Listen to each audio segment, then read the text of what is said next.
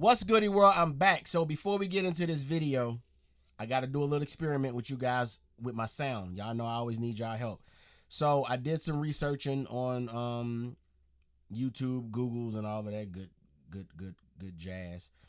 And everything seems set up right, except there's this one button that I've never pushed because I don't know if I needed to use it. I don't know if I have a condenser mic or not.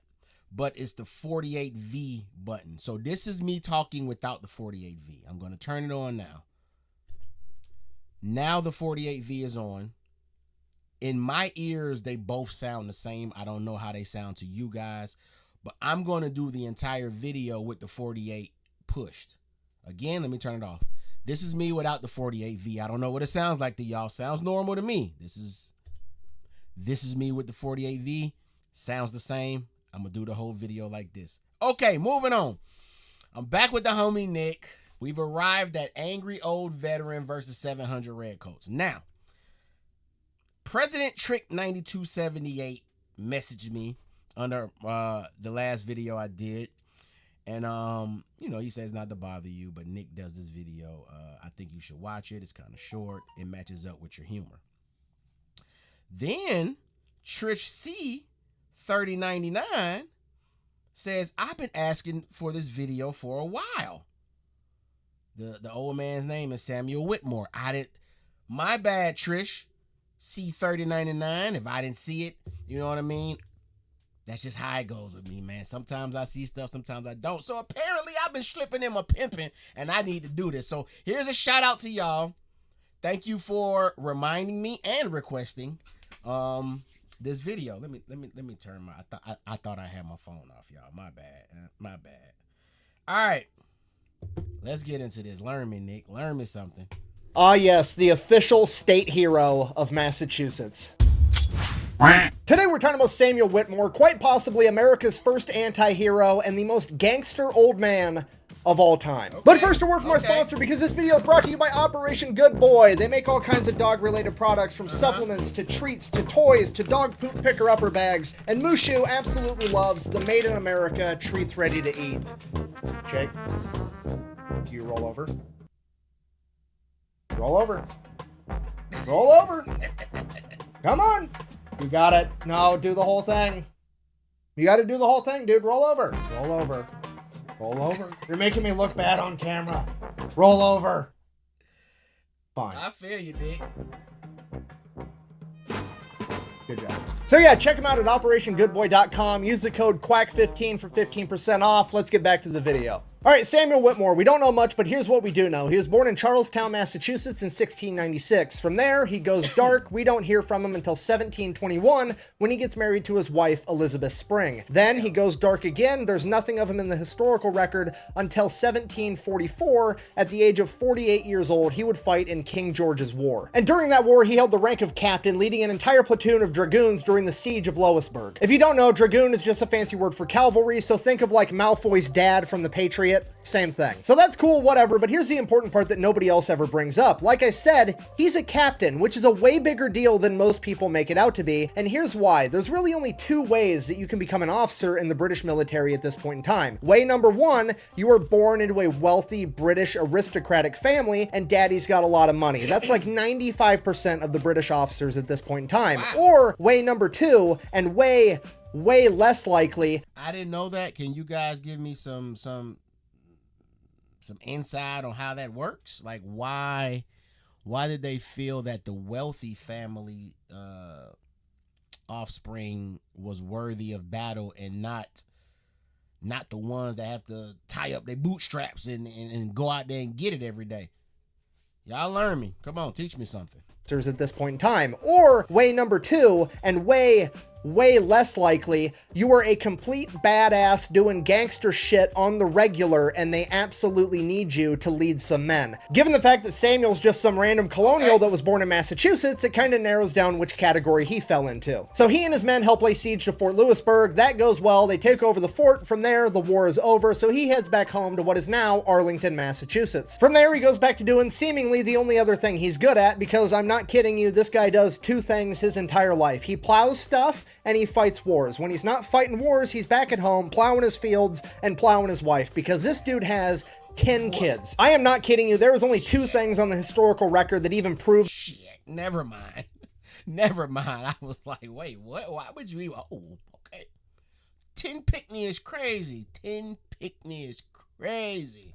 Wars. When he's not fighting wars, he's back at home, plowing his fields and plowing his wife, because this dude has 10 kids. I am not kidding you. There was only 2 things on the historical record that even proved that this man existed for the next 10 years. One is the sheer amount of birth certificates where he is listed as the father. I mean, the mother is always his wife. He's not cheating on his wife. It's just they're having a bunch of kids. And second, and my most favorite detail of this entire story, when he came back from war, he had a very, very decorative, ornate, almost gaudy French officer's sword covered in gold and rhinestones and jewels and all kinds of shit. And it became his prized possession that he would show off to all of his buddies in town. And when they would ask him where on earth he got that, the only thing he would say is, and I quote, "The previous owner died suddenly. Fucking, I acquired it." All right, so fast forward 10 years. Okay, so just so I'm clear, we done blew through half a century of this man's life already. My boy just, we're starting his story at half a century. Okay, all right. You just 40 years deep into this shit. Just 40 filthy. All right, cool. All right, so fast forward 10 years.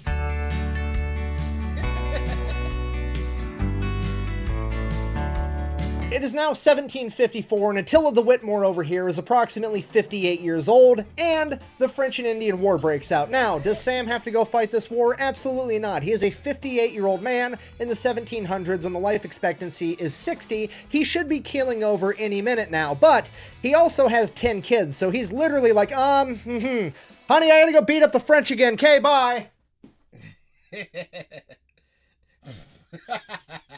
Wait a minute, I didn't even peep that. If you don't know, the French and Indian War is basically the Kingdom of France versus the British Empire, and both sides are backed by different Native American tribes. This is supposedly the war that Mel Gibson's character fought in The Patriot, and presumably where he got his cool tomahawk from. Now, okay. I know what you're thinking. Okay. Did Sam Whitmore get a cool tomahawk too? No, he didn't. But what he did get was 2 matching dueling pistols that were super cool. And you're never going to believe this, but the previous owner died suddenly.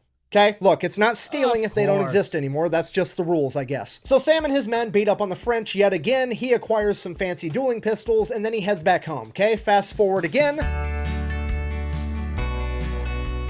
It is now 1763, and Sam Whitmore is 67 years old, and the Pontiac Rebellion breaks out. What's happening, guys? We are 4 minutes and 31 seconds into this, and hell, my boy has already lived 70 years. How do you live 70 years in 4 minutes in the Fat Electrician video? What's about to happen? Bro, we're starting to get this off at 70. All right, bro. Okay, Nick. Continue. 63, and Sam Whitmore is 67 years old, and the Pontiac Rebellion breaks out. Surely he's gonna sit this one out, right? Absolutely not. He grabs his French sword, he grabs his double dueling pistols, his musket, and he heads off to war yet again. So he goes, he fights in that war for a little bit, comes back home, at which point he decides that he's going to get involved in politics. So somewhere along the line, he starts rolling around in the political circles, he finds himself at a fancy dinner party, and there's this guy there that's running for House of Representatives, and his name is John Vassell, and he represents everything that Sam hates. Sam is a small town farmer that's just trying to plant his crops and bang his wife, and this guy is like the big powerful merchant out of Boston, the big city, running the ports, making all this money. He wants to get into office to make laws more beneficial to him so he can be rich, and Sam is just trying to get by. So at this dinner party, Sam, who's not scared of anybody, informs him, hey, by the way, you're no better suited for office than the horse I rode in on. By the way, my horse's name is Nero, he's parked out front, and he's not worth 5 pounds, which I'm not an expert in translating old-timey colonial speak, but it sounds like he's saying you're not worth a horse's ass, go fuck yourself. At which point, John Vassell gets very upset and decides that he is going to sue Sam for public defamation for the price of 1,000 pounds, which is a shit ton of money back then. So the entire town finds out about this lawsuit, and they all show up to court to actually watch the trial, because Sam represents that grizzled old man that's just saying what's on everybody's mind, but nobody else has the balls to say. And he goes in and basically turns this entire trial into the roast of John Vassell, ends up winning. Sam doesn't get sued, at which point he slaps him with a counter lawsuit on the spot and ends up countersuing him for $200 and wins. So that kind of launches Sam's political career. Fast forward again. It is now 1765 and the... That one wasn't that bad. A little 2-year skip ain't that bad. Okay, so now I think we officially 70. He was 68. I think he said we 70 now, I believe. British Empire has been fighting France for quite a while, and it's getting expensive. They need to make more money, and the best thing they can come up with is a Stamp Act. Basically, they're going to charge the colonials a tax on every single printed piece of paper that they come up with. This is like the modern day equivalent of if every time you made a phone call, sent a text, or visited a website, you had to pay a tax for it. And people are absolutely outraged, and Sam is infuriated. I mean, from his point of view, he's been fighting the French for the British Empire, and now he's gonna have to pay an extra tax just for doing it. He is so mad that he ends up becoming a hardcore revolutionary. But he's also like a 70-year-old man, so he's mostly just serving on committees being like, hey, maybe America should be its own country. We shouldn't pay so much in taxes, yada, yada, yada. Fast forward again. It is now 1773. Samuel Whittemore is a 75-year-old man, and the British government has just rolled out their new and improved strategy for making even more money, the Tea Act. Yeah, they're going to start taxing the importation of tea, which will go down in history as one of the greatest ideas of all time. Now, whatever amazingness that Nick is about to inform me of, I can only imagine what happened the first 75 years of this man's life, where he went dark for all those years. Because maybe I'm tripping. I just don't know if people take 10-year breaks and then just come back and jump into amazingness. Also, what I've learned from these great military stories and these great military vets is that once you get into that amazing shit, ain't no really getting out of it. It ain't really something you just fall back on. So what was he doing in those gaps? Because I know what's about to happen in the next 10 minutes of this video. It's probably gonna blow my mind. Nick's probably gonna feed me some lies. Typical Nick. And I can only imagine. Man. I wish Nick knew. I wish there was studies. I wish his family would come forward and be like, look, this what bruh had going on in all them 75 years before his story went public. The importation of tea, which will go down in history as one of the greatest ideas of all time. Strategy for making even more money, the Tea Act. Yeah, they're going to start taxing the importation of tea, which will go down in history as one of the greatest ideas of all time. Now, at this point, Sam is serving on a committee representing his hometown of Cambridge, which would later become known as Arlington, and that committee sends a response to the British government in regards to the Tea Act that basically says, fine, if you're going to charge us more money, we're just not going to buy your tea because, and I quote, if we fail to assert our rights, we will dwindle into supineness. Now, like I said earlier, not an expert in translating old-timey colonial talk, but it sounds like Sam and his committee just told the British government that we're not going to buy your metric leaf water because we're not going to let you guys fuck us. That's why. At this point, pretty much everybody in America is pissed off. They start smuggling tea to avoid taxes. The Boston Tea Party happens December 1773. From there, people just start stockpiling guns and gunpowder and supplies, getting ready for war if one should break out. Now, fast forward April 1775, General Thomas Gage is appointed the military governor of Massachusetts, and he will be residing in Boston, which has been turned into a British military stronghold. At that point, General Gage decides, hey, you know what? I'm going to get proactive. I'm going to stomp out this whole rebellion talk right here and right now. I'm going to take 700 men, an entire regiment, and I'm gonna march them out to Lexington and Concord. While they're in Lexington, they're gonna arrest those stupid, annoying revolutionaries, John Hancock and Samuel Adams, and then they're gonna continue marching to Concord, where they're gonna burn down all the stocked up military supplies. So the British military starts making preparations for a huge movement, at which point revolutionary spies find out and they decide to let everybody know. And when I say they decide to let everybody know, I mean a silversmith from Boston by the name of Paul Revere is going to take off at midnight, ride through the entire countryside, going house to house, telling everybody that the British are coming. And guess whose house is between Boston and Lexington? Sam motherfucking Whittemore, that's who. I'm not shitting you. It is like 99% sure that Paul Revere showed up at 78-year-old Samuel Whittemore's house sometime in the middle of the night and was like, hey, just letting you know, the British are coming. At which point he's like, get off my... Okay, this is just... Okay. Let me just say this. Let me... It's so dope when a story... How can I say this, y'all? I think it's so dope when there's a great story, right? Like this is going to be a great story. I just know it. Nick tells great stories. He ain't wasting time. He ain't got time for the bullshit. Everything good. So let's just, we are in line with that, right? Okay, cool. It's so dope when a great story finds itself attaching itself to another legendary story, like the Paul Revere riding through, the British are coming, stopping at the house. Like that's something that we're taught, the whole world knows. This is not what we're taught.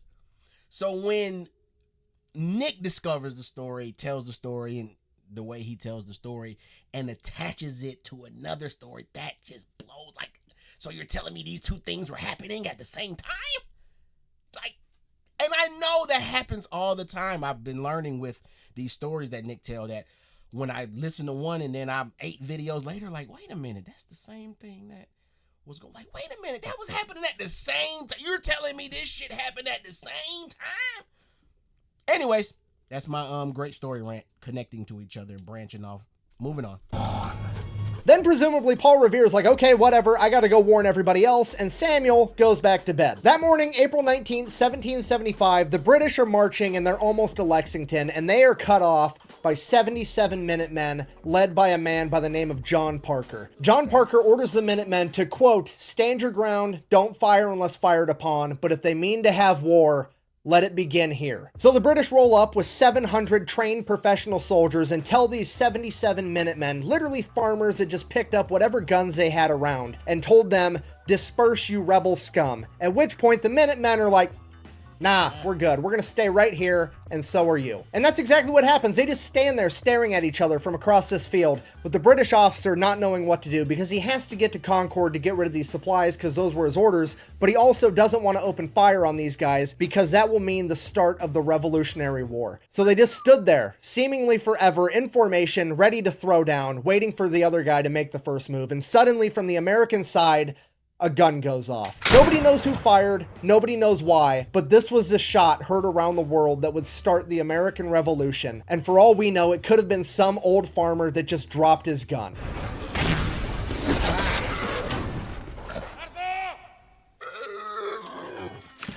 From there, all hell breaks loose. Both sides... Wait, what?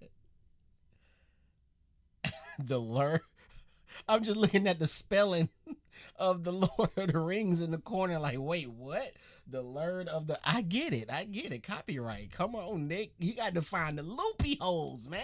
Dropped his gun. But it's crazy the fact that they don't know who fired first. Like, the fact that that's not known is crazy. It's crazy.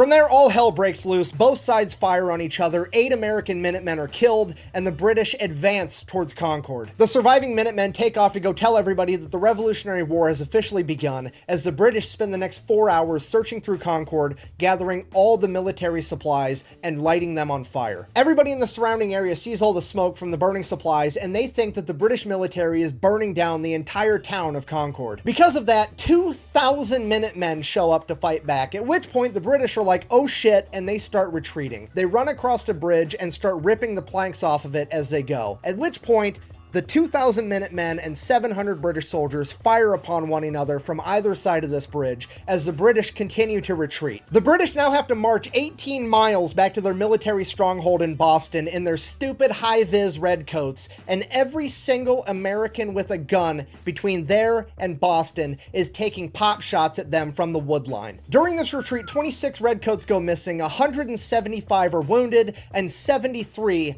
are killed, and 3 of them at least are from Samuel Whittemore. So we cut back to Samuel Whittemore. He's 78 years old, chilling at home, presumably plowing something. What? We don't really know. And he just hears gunfire going off in the background, and it's getting closer and closer. And then he remembers, oh, that fucking kid woke me up last night in midnight, told me the British were coming. Maybe that's what's going on. So he goes, he grabs his fancy French officer's sword, both of his dueling pistols, and his musket, and he goes out to the main road. They go that background music. They go that theme music. Y'all gotta pay attention. The signs are there when the story's about to pick up. Here goes the theme music.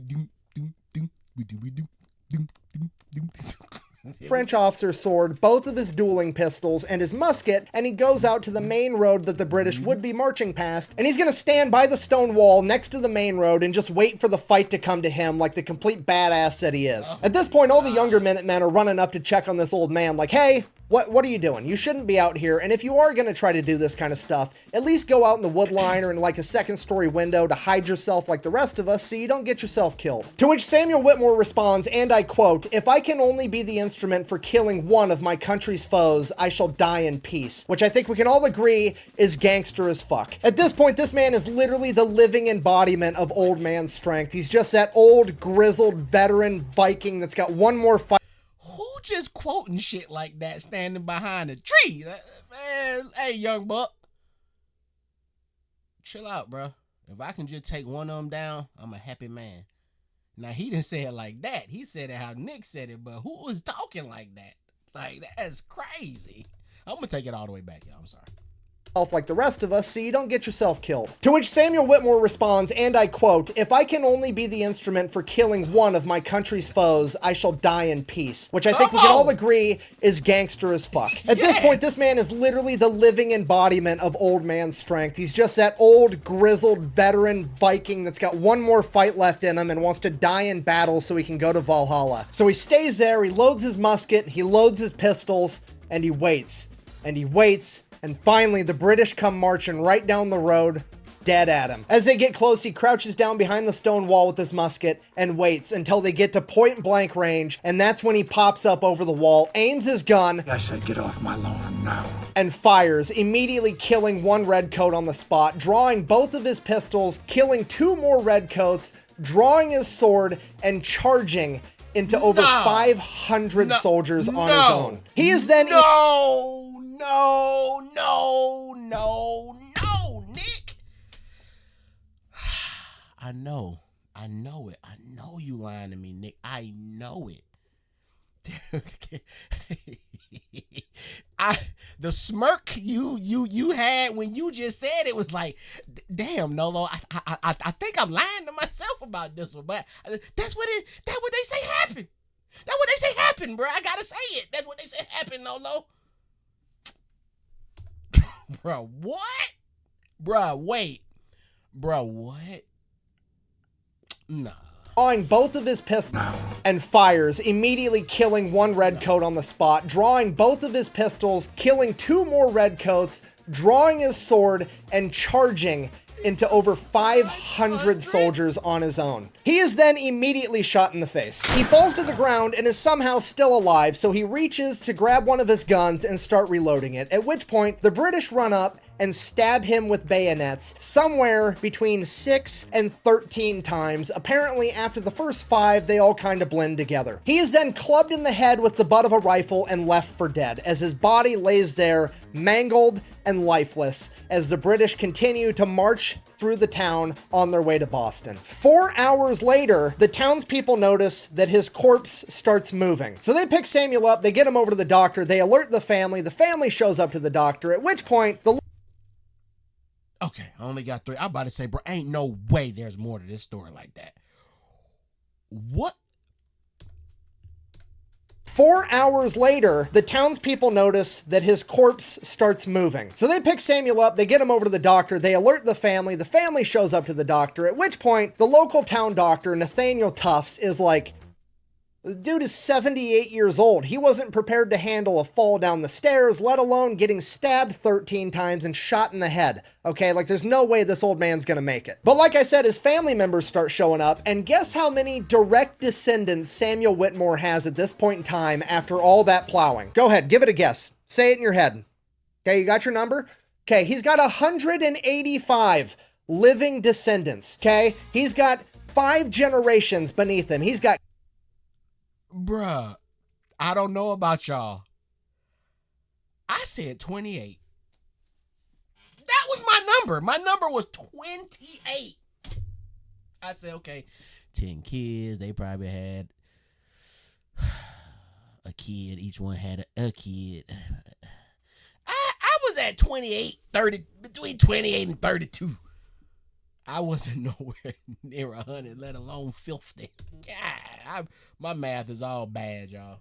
Living descendants at this point in time after all that plowing. Go ahead, give it a guess. Say it in your head. Okay, you got your number?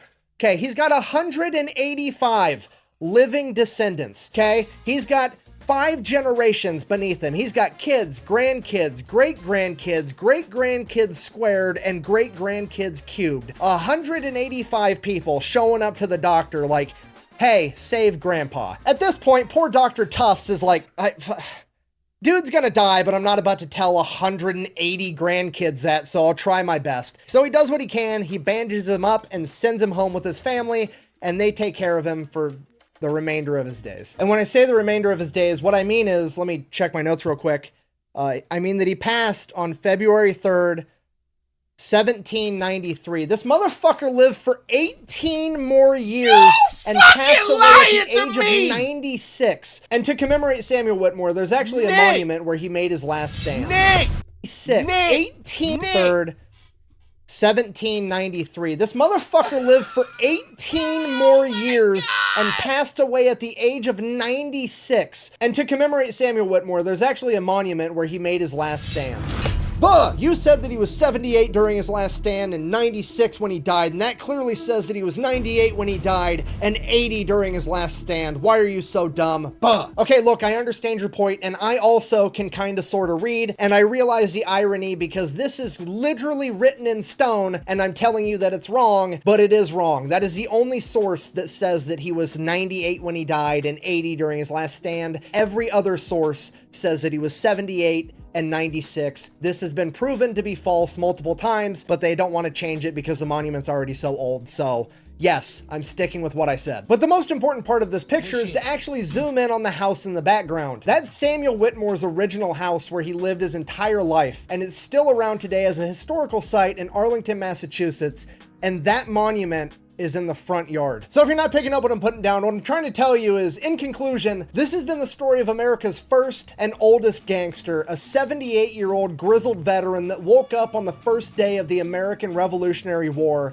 and decided to casually go 3-0 while telling the entire British Empire to get off his lawn. Thank you for watching. Best way to support the channel is go buy some merch over at thefatelectrician.com. Quack bang, out. I've never been more excited for a future t-shirt design. I can see it now. America's original gangster, get off my lawn. Samuel Whittemore with 2 cross-dueling pistols and a sword. It's gonna be fantastic. Yo. Oh my. Yeah, that was one of them short videos that packed a punch. You telling me It was already good when the story didn't start till my boy was damn filthy.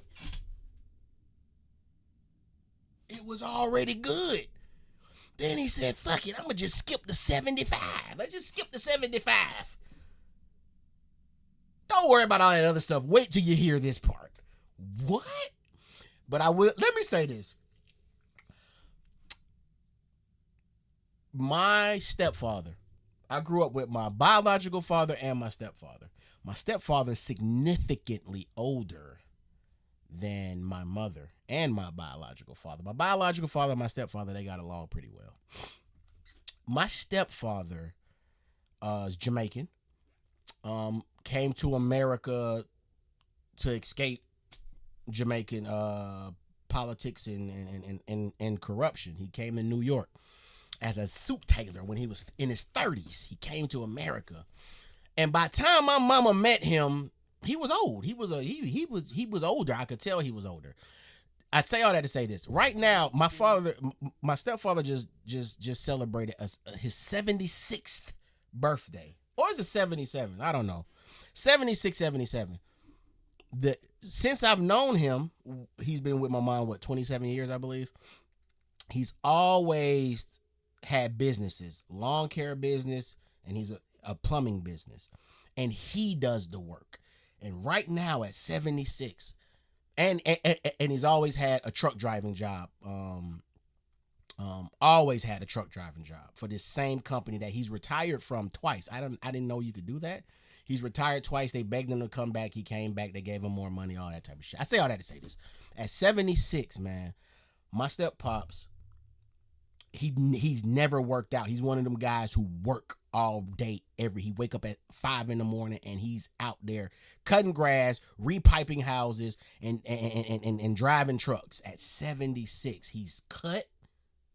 He has a belly with a 6-pack on top of the belly. And the things that he does to this day, I see my friends, like I have friends who are plumbers. They like, bro, I'm not doing that shit your dad doing.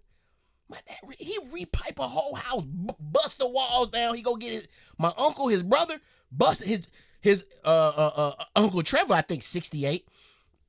They busting walls down. They repiping the whole house, putting the damn walls back up, painting it and acting like you never just got your. And so it doesn't shock me. It doesn't shock me that a 78-year-old has the ambition. What shocks me is the execution. It's like, damn, like you actually doing that shit. Like, you're actually waking up. You're going and cut 4 yards. And then you're going and fix somebody's toilet. Fix somebody's bathtub. Oh, I got to take out this wall. Oh, I got to lay down this tile. Like, he does it every day. Right now, if I call my steppa, what you doing? He going to say either he's in the truck. Oh, he's Jamaican. Oh, I'm at this house. But he old school Jamaican, so the accents are different. Oh, I'm at this house. I had to repipe a wall. Yeah, shower messed up. I had to repipe a wall. Like, so the fact that my boy wanted to do it, that don't shock me. It's knowing that he did it. Like, somebody even came to talk to him. Like, bro, what are you doing here? Why are you here? You need to leave. And he's like, are you nuts, boy? This is what I do. If you knew what was going on the 75 years before I got here, you wouldn't be saying this, young fella. Now back the hell up. I got this.